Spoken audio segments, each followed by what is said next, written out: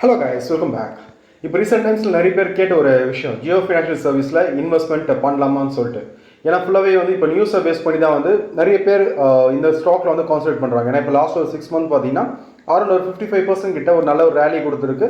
இப்போ இன்னைக்கு பார்க்கும்போது ஒரு 1.1% கிட்ட ஃபால் ஆனது. ஃபர்ஸ்ட் வந்து இந்த ஸ்கிரிப்டில் இப்போ ஏன் இன்வெஸ்ட்மெண்ட் பண்ணணும்? ஏன்னா இது வந்து ஐபிஓ ரிலீஸ் பண்ணிவிட்டு இப்போ தான் ஒரு ரேலி வந்து கொடுத்துருக்கு. அப்போது சில பேருக்கு நான் பேசும்போது அவங்க சொன்னது ஃபண்டமெண்டலாக வந்து ஸ்ட்ராங்காக இருக்குன்னு சொல்லிட்டு. ஸோ ஓகே, நம்ம ஃபண்டமெண்டலாக டெக்னிக்கல்ஸாக வந்து இந்த ஸ்டாக் எப்படி இருக்குன்னு சொல்லிட்டு நம்ம டீட்டெயிலாக வந்து பார்க்கலாம். அதுக்கப்புறம் வந்து நம்ம எப்பயும் பார்க்குறது Nifty, bank Nifty, crude oil பற்றி நம்ம பார்க்கலாம். ஃபர்ஸ்ட் இந்த ஸ்கிரிப்ட் வந்து நீங்கள் ஃபண்டமெண்டல்ஸாக பார்த்தீங்கன்னா இது இப்போ ஐபிஓ வந்து ரீசெண்டாக ரிலீஸ் ஆனதுனால நம்மளுக்கு ஃபண்டமெண்டலாக எந்த டேட்டாவும் கிடைக்காது. ஒரு பேலன்ஸ் ஷீட்டாக இருக்கட்டும், அதுக்கப்புறம் வந்து எவ்வளோ டெப்ஸ் இருக்குது, எவ்வளோ ப்ராஃபிட் பண்ணியிருக்காங்க, இது மாதிரி வந்து நம்மளுக்கு ஃபண்டமெண்டல்ஸாக வந்து எந்த டீட்டெயில்ஸ் வந்து இப்போதைக்கு வந்து கிடைக்காது. ஏன்னா இப்போ ரீசெண்டாக ஐபிஓ ரிலீஸ் ஆனதுனால இது இந்த டீட்டெயில்ஸ் வந்து நம்மளுக்கு கிடைக்காது. அப்போது அவங்க சொல்கிற அந்த ஃபண்டமெண்டல்ஸ் என்னென்னா நியூஸ்.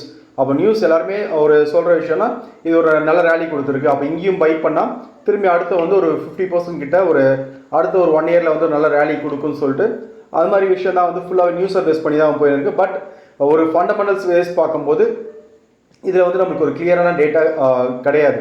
நெக்ஸ்ட் வந்து நம்ம வந்து டெக்னிக்கல் பாயிண்ட் ஆஃப் வியூ வந்து ஏதாச்சும் டீட்டெயில் இருக்கான்னு சொல்லி பார்க்கலாம்.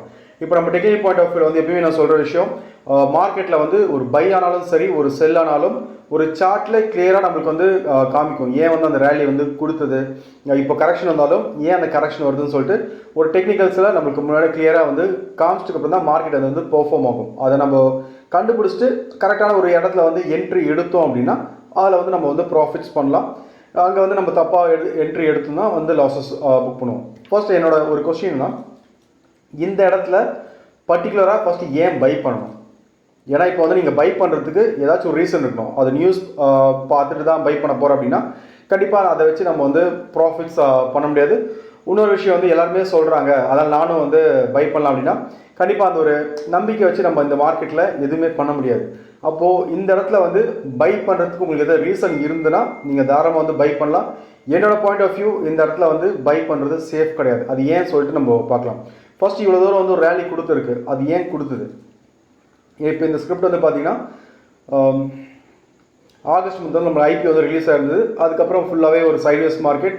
இப்போ தான் வந்து மார்க்கெட் ஆச்சுன்னா ஃபுல்லாகவே வந்து இது பிரேக் அவுட் பண்ணிவிட்டு ஒரு நல்ல ஒரு ரேலி வந்து கொடுத்துருக்கு. இப்போ லாஸ்ட் வீக் வந்து பார்த்தீங்கன்னா லாஸ்ட் ஒரு 4 டேஸ் பார்க்கும்போது ஒரு நல்ல ரேலி கொடுத்துருக்கு. திரும்பி மார்க்கெட் இன்றைக்கி வந்து ஒரு ரெட் கலர் கேண்டில் தான் வந்து பிரிண்ட் ஆயிருக்கு.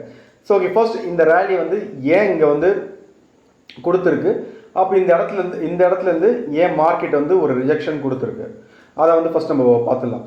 இப்போது இந்த ஸ்கிரிப்ட் பார்த்தீங்கன்னா கிளியராக வந்து நம்ம ஒரு டெக்னிக்கல் பாயிண்ட் ஆஃப் வியூ வந்து ஒரு டூல் டபுள் டாப்னு சொல்லிட்டு ஒரு டூல் இருக்குது. அப்போ டபுள் டாப் இங்கே கிளியராக நம்மளுக்கு என்ன கொடுத்துருக்கு, டபுள் பாட்டம் கொடுத்துருக்கு. டபுள் பாட்டம் கொடுத்துட்டு அதுக்கப்புறம் மார்க்கெட் வந்து இந்த ரேலியை வந்து கொடுத்துருக்கு. இப்போ டபுள் பாட்டமோட ஒரு விஷயம் என்ன, இங்கே கிளியராக நம்மளுக்கு இந்த ப்ரீவியஸ் ஹை வந்து பிரேக் அவுட் பண்ணிட்டு ரீடெஸ்ட் பண்ணிவிட்டு அதுக்கப்புறம் தான் வந்து நம்மளுக்கு அந்த ரேலியே வந்து கொடுத்துருக்கு. இப்போது குரூப்பில் கேட்கும்போது நான் சொல்லியிருந்தேன், மார்க்கெட் வந்து டார்கெட் கொடுத்தாச்சு, இந்த இடத்துல வந்து பை பண்ணுறது சேஃப் கிடையாதுன்னு நான் சொன்னதுக்கு ஒரு ரீசன் என்னென்னா, இங்கே கிளியராக நம்மளுக்கு டபுள் பாட்டமோட டார்கெட் கொடுத்துட்டுக்கப்புறம் தான் இன்றைக்கி அந்த கரெக்ஷனே வந்து வந்திருக்கு. சரிதா? மார்க்கெட் எங்கேருந்து எக்ஸாக்டாக வந்து ரிவர்ஸில் ஆகுதுன்னு சொல்லிட்டு அப்போ டார்கெட் இங்கே இருக்கும்போதே வந்து அரௌண்ட் ஒரு 260 rupees தான் வந்து நம்மளுக்கு என்ட்ரி. அந்த என்ட்ரி எடுத்திருந்தால் இப்போ இவ்வளோ தூரம் வந்து நம்ம வந்து ஹோல்ட் பண்ணியிருக்கலாம். ஒரு டார்கெட் வந்து 335 இதுதான் வந்து நம்மளோட டார்கெட். இது நம்ம முன்னாடியே ப்ரெடிக்ட் பண்ணியிருந்தோம் அப்படின்னா இதில் வந்து ஒரு சின்ன ஒரு ஆப்பர்ச்சுனிட்டி வந்து யூஸ் பண்ணியிருந்தா, ஒரு ஷார்ட் டேர்ம் ஒரு ஆப்பர்ச்சுனிட்டி யூஸ் பண்ணியிருந்தா இதில் வந்து அரௌண்ட் ஒரு 25% கிட்ட ஒரு ப்ராஃபிட் வந்து நம்மளால் பண்ணியிருக்க முடியும். அப்போது இந்த ரேலி கொடுத்ததுக்கு ரீசன் தான் கிளியராக டபுள் பாட்டமோட டார்கெட். அப்போ இந்த மாதிரி ஒரு ரீசன் வச்சு நம்ம வந்து ட்ரேட்ஸ் எடுக்கும்போது பொறுமையாக வெயிட் பண்ணலாம். ஓகே, இந்த டார்கெட் வந்து பெண்டிங் இருக்குது, அடுத்தது வந்து அடுத்த லெவல்ஸ் போகும்னு சொல்லிட்டு பொறுமையாக வெயிட் பண்ணலாம். பட் இந்த டைம் இங்கே வந்து பை பண்ணலாம் அப்படின்னு கேட்குறதுக்கு ஏதாச்சும் ஒரு ரீசன் இருக்குது அப்படின்னா நீங்கள் தாராளமாக வந்து பை பண்ணலாம். என்னோட பாயிண்ட் ஆஃப் வியூ இந்த இடத்துல வந்து பை பண்ணுறது சேஃப் கிடையாது. என்னோட எக்ஸ்பெக்டேஷன், நான் இங்கே வந்து ஒரு கரெக்ஷன் எதிர்பார்க்குறேன். ஒன்ஸ் அந்த கரெக்ஷன் முடிச்சிட்டுக்கப்புறம் ஒரு ட்ரெண்ட் ரிவர்சல் கொடுத்ததுன்னா அடுத்தடுத்த ஹைஸ் வந்து போகிறதுக்கு பாசிபிலிட்டிஸ் இருக்குது. இப்போதைக்கு என்னோட வியூ, நான் இங்கே வந்து இப்போ என்ன ஸ்டூடெண்ட்ஸாக இருக்கும் இங்கே பை பண்ணிவிட்டு இங்கே வந்து ஸ்கொயர் ஆஃப் பண்ணியாச்சு. ஸோ ஓகே, இப்போது சில பேர் வந்து யோசிக்கலாம் இதெல்லாம் முடிஞ்சு போன விஷயம், இப்போ வந்து இது யார் வேணால் சொல்லலாம் அப்படின்னு சொல்லிட்டு. ஸோ ஓகே, நம்ம லைவ் மார்க்கெட்லேயே வந்து பார்க்கலாம் இதை வந்து எப்படி நாங்கள் வந்து என்னோட ஸ்டூடெண்ட்ஸ் குரூப் வந்து டிஸ்கஸ் பண்ணோம் அப்படின்னு சொல்லிட்டு. இப்போது இது வந்து என்னோட ஸ்டூடெண்ட்ஸ் குரூப்.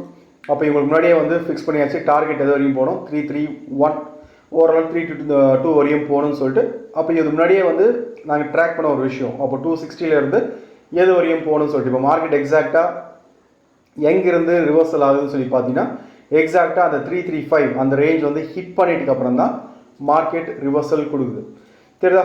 அப்போது அவங்களுக்கு எப்படி முன்னாடியே தெரியும் மார்க்கெட்டோட இந்த இது டார்கெட் வந்து அரௌண்ட் ஒரு இந்த ரேஞ்ச் தான் வந்து டார்கெட்டுன்னு சொல்லிட்டு. அப்போ இது லாஸ்ட் வீக்கே நமக்கு டார்கெட் கொடுத்தோடனே க்ளோஸ் பண்ணிட்டு விழுந்துருக்கு. பட் நம்ம க்ளோஸ் பண்ணும்போது தான் ஒரு நியூஸ் வந்து பெருசாக எல்லாருமே பேச ஆரம்பிப்பாங்க. இப்போ வந்து நம்ம இங்கே பை பண்ணலாமா, இப்போ வந்து நம்ம என்ட்ரி எடுத்து அடுத்த டார்கெட் வந்து 500 போகும், 600 போகும்னு சொல்லிட்டு.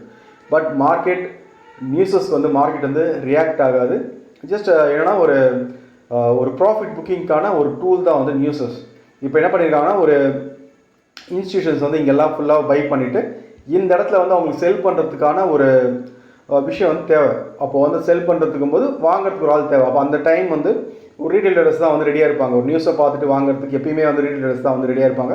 அப்போ அந்த நியூஸஸ் வரும்போது இப்போ கண்டிப்பாக என்னால் சொல்ல முடியும் ஓவரால் வந்து ஒரு 40-45% ஆஃப் ரீட்டைல் ட்ரேடர்ஸ் வந்து இந்த இடத்துல தான் வந்து பை பண்ணியிருப்பாங்க.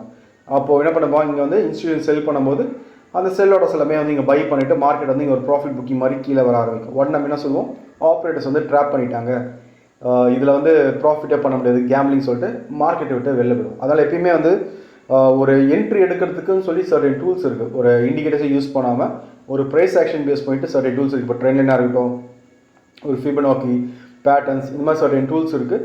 அதை பேஸ் பண்ணிவிட்டு அதில் நம்மளுக்கு என்ட்ரி வந்தால் மட்டும்தான் நம்ம வந்து ஒரு என்ட்ரிஸ் வந்து எடுப்போம். இல்லைனா வந்து சும்மா நடுவில் போயிட்டு ஒரு 5 பாயிண்ட் போட்டுக்கிறேன், ஒரு 10 பாயிண்ட்ஸ் வந்து நான் கேப்சர் பண்ண போகிறேன்னு சொல்லிட்டு அந்த மாதிரி எப்பயுமே வந்து ஒரு ப்ரொஃபஷனல் ட்ரேடர்ஸ் வந்து ட்ரேட் பண்ண மாட்டாங்க. அப்போது இங்கே வந்து என்னோடய பாயிண்ட் ஆஃப் வியூ, நான் இங்கே வந்து எனக்கு பை என்ட்ரி மாதிரி எதுவுமே வந்து ஒரு இண்டிகேஷன் காமிக்கல. அதாவது வந்து இன்னொரு கரெக்ஷனுக்காக நான் வெயிட் பண்ணுறேன். ஜஸ்ட் நீங்களும் வந்து உங்களை ரிசர்ச் பண்ணுங்கள், உங்களோட ஃபினான்ஷியல் அட்வைஸரை கேட்டு அதை பேஸ் பண்ணிட்டு உங்களோட டிசிஷன்ஸ் வந்து எடுத்துக்கோங்க. ஏன்னா இது நிறைய பேர் நீங்கள் கேட்டிருந்தீங்க குரூப்லேயே. நான் வந்து இந்த மாதிரி ஃபுல்லாக எக்ஸ்பிளைன் பண்ண முடியாது, ஜஸ்ட் அதை எக்ஸ்பிளைன் பண்ணலாம்னு சொல்லிட்டு தான் நான் இந்த வீடியோ பண்ணுறேன். ஸோ ஓகே, நெக்ஸ்ட் வந்து நம்ம நிஃப்டி அண்ட் பேங்க் நிஃப்டி வந்து எப்படி இருக்குன்னு சொல்லி பார்க்கலாம். இப்போது இன்றைக்கி வந்து நிஃப்டி வந்து ஒரு நல்ல ஒரு ஃபால் இருந்து அதுக்கப்புறம் மார்க்கெட் ஆச்சா செகண்ட் ஹாஃபில் வந்து ஒரு சின்ன ஒரு ரிகவரி வந்து கொடுத்துருது. ஓவராலாக வந்து நெகட்டிவில் தான் வந்து முடிஞ்சிருக்கு. இப்போ என்னோட லாஸ்ட் வீடியோவில் வந்து நான் கிளியராக சொல்லியிருப்பேன், நிஃப்டியோட மேஜரான ரெசிஸ்டன்ஸ் வந்து 22,122 இது வந்து நமக்கு மேஜராக ஒரு ரெசிஸ்டன்ஸ் ஆக்ட் ஆகும்னு சொல்லியிருந்தேன். அப்போ இந்த லெவல் வந்து பிரேக் அவுட் ஆச்சுன்னா அதுக்கப்புறம் வந்து நம்ம வந்து பையிங் போகலான்னு சொல்லியிருந்தேன். பட் நம்ம ஸ்டில் இந்த லெவல் பிரேக் அவுட் ஆக முடியல. அப்போ நம்ம இங்கே என்ன பண்ணணும்னா இந்த லெவல் வந்து பிரேக் அவுட் ஆகிற வரையும் வெயிட் பண்ணிவிட்டு அதுக்கப்புறம் வந்து நம்ம இங்கே வந்து பையிங் போகிறது சேஃப்.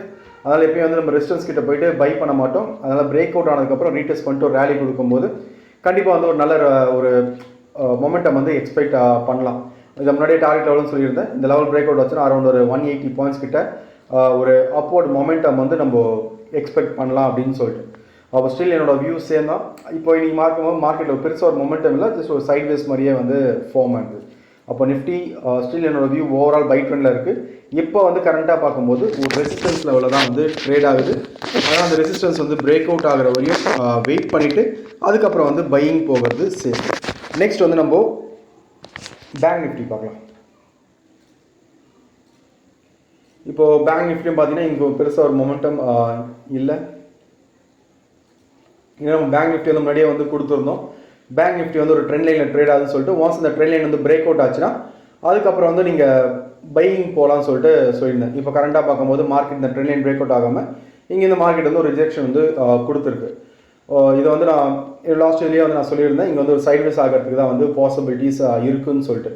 இப்போது கரண்ட்டாக பார்த்தீங்கன்னா பேங்க் நிஃப்டியில் வந்து ஒரு ட்ரையாங்கிள் பேட்டர்ன் வந்து ஃபார்ம் ஆகுது.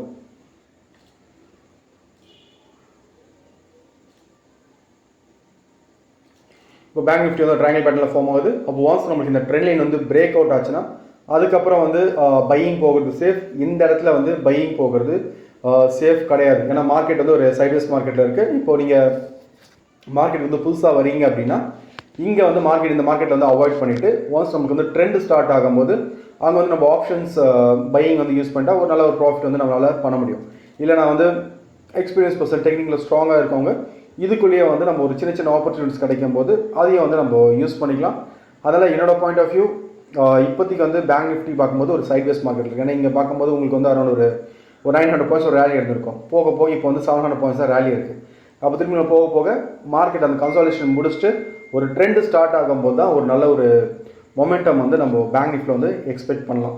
அப்போ நிஃப்டி அண்ட் பேங்க் நிஃப்டி ரெண்டுமே வந்து பை ட்ரெண்டில் தான் இருக்குது. இப்போது மார்க்கெட் வந்து ஒரு சின்ன ஒரு சைட்வேஸ் ஒரு கன்சாலேஷன் இருக்குது. ஒன்ஸ் நம்மளுக்கு அந்த கன்சாலேஷன் முடிச்சதுக்கப்புறம் ஒரு ரேலி ஸ்டார்ட் ஆகுதுன்னா அங்கே வந்து நம்ம ஆப்ஷன் பையிங்கான ஆப்பர்ச்சுனிட்டி வந்து யூஸ் பண்ணிக்கலாம். நெக்ஸ்ட் வந்து நம்ம க்ரூட் ஆயில் பற்றி பார்க்கலாம். இப்போ க்ரூட் ஆயில் வந்து நம்ம முன்னாடியே சொல்லியிருந்தேன், க்ரூட் ஆயில் வந்து ஒரு சேனலில் ட்ரேட் ஆகுதுன்னு சொல்லிட்டு. இப்போ கரண்ட்டாக வந்து பார்க்கும்போது க்ரூட் ஆயில் வந்து ஒரு சைட்வேஸ் மார்க்கெட்டில் இருக்குது.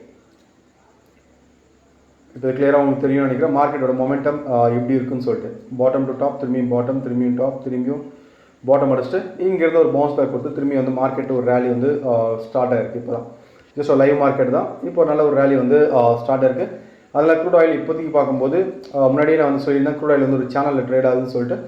ஒன்ஸ் நம்மளுக்கு வந்து அந்த மேஜராக ஒரு ரெசிஸ்டன்ஸ் வந்து பிரேக் அவுட் ஆச்சுன்னா அதுக்கப்புறம் வந்து நம்ம பையிங் போகலாம். க்ரூட் ஆயில் வந்து என்னோட வியூ இப்போதைக்கு வந்து ஒரு கன்சாலேஷனில் இருக்குது. ஒன்ஸ் இந்த கன்சாலேஷன் வந்து பிரேக் அவுட் ஆகிற கன்சாலேஷன் ட்ரேட் ஆகிற வரையும் ஒரு பெருசாக ஒரு மொமெண்டம் இருக்காது. ஒன்ஸ் அந்த கன்சாலேஷன் முடிச்சதுக்கப்புறம் ஒரு பிரேக் அவுட் ஆச்சுன்னா அங்கேருந்து ஒரு நல்ல ஒரு மொமெண்டம் வந்து நம்ம எக்ஸ்பெக்ட் பண்ணலாம் யூஎஸ் ஆயில்.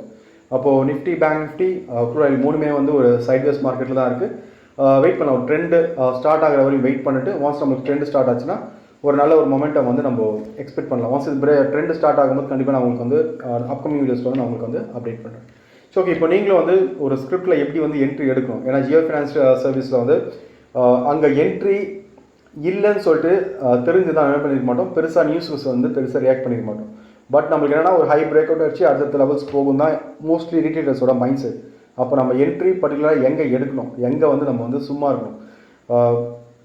அப்போ வந்து நமக்கு வந்து ஒரு விஷயம் தெரியும் போது தான் பொறுமையாக வெயிட் பண்ணுவோம். அப்போது நம்ம ஒரு கரெக்ஷன் வரட்டும் வந்துட்டுக்கப்புறம் அதுக்கப்புறம் வந்து பையிங் பண்ணலான்னு சொல்லிட்டு பொறுமையாக வெயிட் பண்ணிவிட்டு எடுப்போம். இப்போ நீங்களும் வந்து ஒரு டெக்னிக்கல் பேஸ் பண்ணிவிட்டு எப்படி வந்து ஒரு என்ட்ரி எடுக்கணும், அப்போ என்ட்ரி எடுக்கும்போது எப்படி வந்து நம்ம டார்கெட்ஸ் வந்து ஃபிக்ஸ் பண்ணணும். இப்போ நீங்களே பார்த்தீங்க ஜியோ ஃபைனான்ஸ் சர்வீஸ் வந்து அப்போ பெர்ஃபார்ம் ஆகும்போதே எது வரையும் போகும்னு சொல்லிட்டு முன்னாடியே ஃபிக்ஸ் பண்ணனால தான் கரெக்டாக டார்கெட் ஹிட் ஆகும்போது க்ளோஸ் பண்ணிவிட்டு வெளில வர தெரிஞ்சுது. ஓகே, அதனால் எப்பயும் அதை என்ட்ரி எடுக்கும்போது டார்கெட்டும் நமக்கு வந்து ப்ரெடிக்ட் பண்ண தெரியணும். அப்போ ரெண்டுமே தெரிஞ்சால் மட்டும்தான் நம்ம ஒரு கன்சிஸ்டண்ட்டாக வந்து நம்மளால் இந்த மார்க்கெட்டில் சஸ்டெயின் பண்ண முடியும். அப்போ நீங்கள் ஒரு என்ட்ரி டார்கெட்ஸ் எப்படி எடுக்கும்னு சொல்லி தெரிஞ்சு ட்ரேட் பண்ண நினைக்கிறவங்க, இண்டிபெண்ட்டாக யாரையும் டிபெண்ட் பண்ணாமல் ட்ரேட் பண்ண நினைக்கிறவங்க, டிஸ்கிரிப்ஷன் வந்து என்னோட கான்டாக்ட் டீட்டெயில்ஸ் இருக்குது. ஆன்லைன் டேரக்ட் கிளாஸஸ் இந்த வீக் இருக்குது. நீங்கள் அட்டன் பண்ண நினைக்கிறவங்க என்னோட வாட்ஸ்அப் நம்பருக்கு வந்து நீங்கள் பிங் பண்ணுங்கள். நான் உங்களுக்கு வந்து ட்ரைனிங் வந்து ஷேர் பண்ணுறேன்.